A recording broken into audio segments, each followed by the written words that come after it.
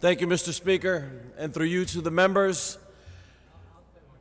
Folks, my colleagues, the bill that we have before us today is a significant step forward, building off of the momentum that we've worked off for a number of years. And I want to applaud your work, Mr. Speaker, your work in crisscrossing this Commonwealth, visiting hospitals and community centers, and learning directly from patients themselves, from practitioners, hearing from people throughout this Commonwealth, providers, visiting hospitals, and listening to what they had to say about the scourge of this deadly and horrible epidemic that so many in our Commonwealth are suffering from. And how fortunate are we that we have your chairman of Ways and Means, the gentleman from Haverhill, who's committed himself as well so strongly to this issue. Again, through so many different laws that we have written in the past few sessions. From chapter 244 in 2012 to chapter 165 in 2015 in the budget, again in chapter 258 in 2014, chapter 246 in the 15 budget, and the chapter 119 in our fiscal 2015 closeout supplemental budget. We've been focused on this issue. It's been an incredible issue that's impacted all of us. And to have a leader in the gentlewoman from Jamaica Plain who's devoted her life to this issue and the issue of bringing to the attention the suffering that people live within themselves. Because the issues of mental health and the issues of substance abuse are so very personal. And they've had the ear and the heart of the gentle lady from Jamaica Plain for so many years. And that effort we can see, and that life we can see sprinkled within this bill today. Imagine over 1,000 deaths last year relative to this opioid crisis. Those are our friends, our brothers, our sisters, our mothers, our cousins, our aunts, our uncles, those people that we love so profoundly. And in many cases, by no fault of their own, they become addicted to a substance that has taken control of them. Many years ago, folks that suffered from the scourge of substance abuse, they're referred to as crackheads and junkies. Thank God, finally, we recognize this collectively as a disease, and we're showing respect for these individuals that are suffering from this scourge. This is, again, a crisis that affects all of us and all of our families.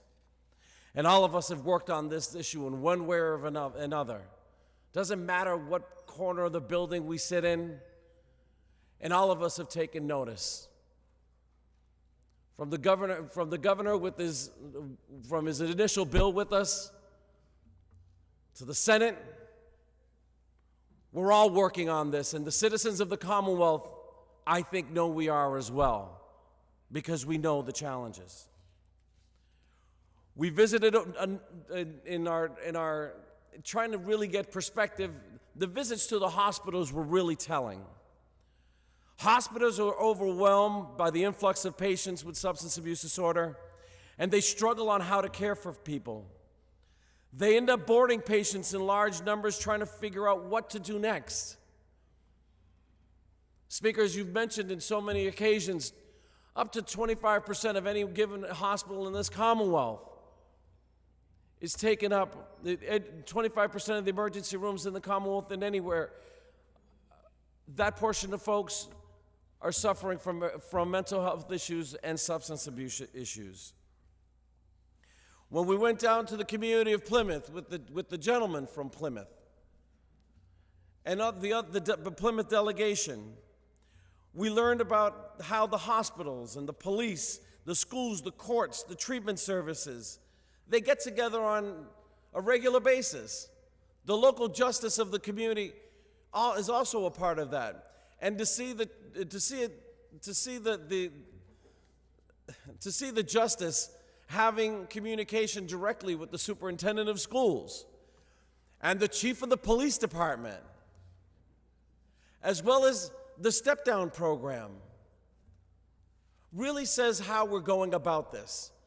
And while we've seen a number of documentaries talking about the crisis here in Massachusetts, we can all talk about the success we're having in engaging the assets that we have to address this scourge. It includes, the bill in particular does a number of things in terms of improving care.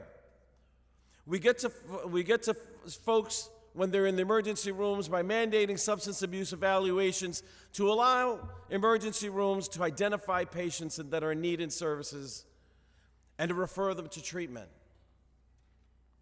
By linking the patients to the emergency rooms and the needed treatment, we can get them on the road to recovery and keep them out of the emergency room in the future and reduce the burden on the emergency rooms and the communities in the long term. This bill is also, this is also a preventative bill as well. Because the first way of keeping folks out of the emergency room is to prevent them from becoming addicted in the first place. And this bill includes important provisions that create a 7-day limit on first-time opioid prescriptions and increase the education standard for schools and medical professionals. These upstream solutions can help reduce the number of people who will have substance abuse disorder in the future. As I started in the beginning in saying, and as all of us know, this is a very, very personal and individual disease. People suffer in silence. And then I remember one of those documentaries, there was someone that said, you know, you hit the lowest of your low, and then there's a trapdoor that you fall through. Well, let's try, with this bill, we're trying to make sure that we help people not get to the lowest of their low and never reach that trapdoor. We have to make sure, and in this bill, the work that we do in this bill allows for us to be able to get in front of folks, but also recognize the challenge and the real struggles that individuals have in conquering this tremendous disease. Thank you again, Mr. Speaker, for this opportunity. And once again, let's send a vote. Let's send this vote forward to send a strong piece of substance abuse legislation to the governor so that we can address this scourge.